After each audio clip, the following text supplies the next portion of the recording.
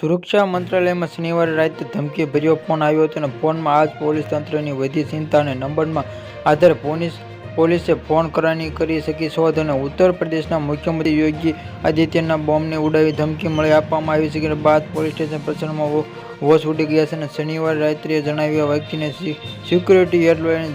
CCUJ નંબરમાં phone કરી CM યોગી બોમ્બને ઉડાવી દેવાની ધમકી મળે છે. આ હેડ કોન્સ્ટેબલ ઉગમ સિંહની ફરિયાદ આધારે આ કેસમાં નોંધાયો આવ્યો અને 10 વાગ્યે અજાણ્યા વ્યક્તિમાં ફોન આવ્યો અને લગભગ 10 વાગ્યે અજાણ્યા વ્યક્તિમાં સુરક્ષા હેડક્વાર્ટર પર ફોન આવ્યો હતો અને બોમ્બથી ઉડાડવાની ધમકી પણ આવી હતી. આ દેવાની ધમકી પણ કોન્સ્ટેબલ ફોન કરવાનું યુવક નામનું પૂછતું આરોપી ફોન કરી આપવા નાખી અને CM યોગીને મારી નાખવાની ધમકી અને આ ફોન પરથી બાદ પોલીસ પર કબલાટ મચી ગયો છે અને પોલીસે સ્ટેશન પાયેલા ફરિયાદમાં આધારે પોલીસ તપાસ શરૂ કરી છે અને આ નંબરના આધારે આરોપી શોધખોળ શરૂ કરી છે.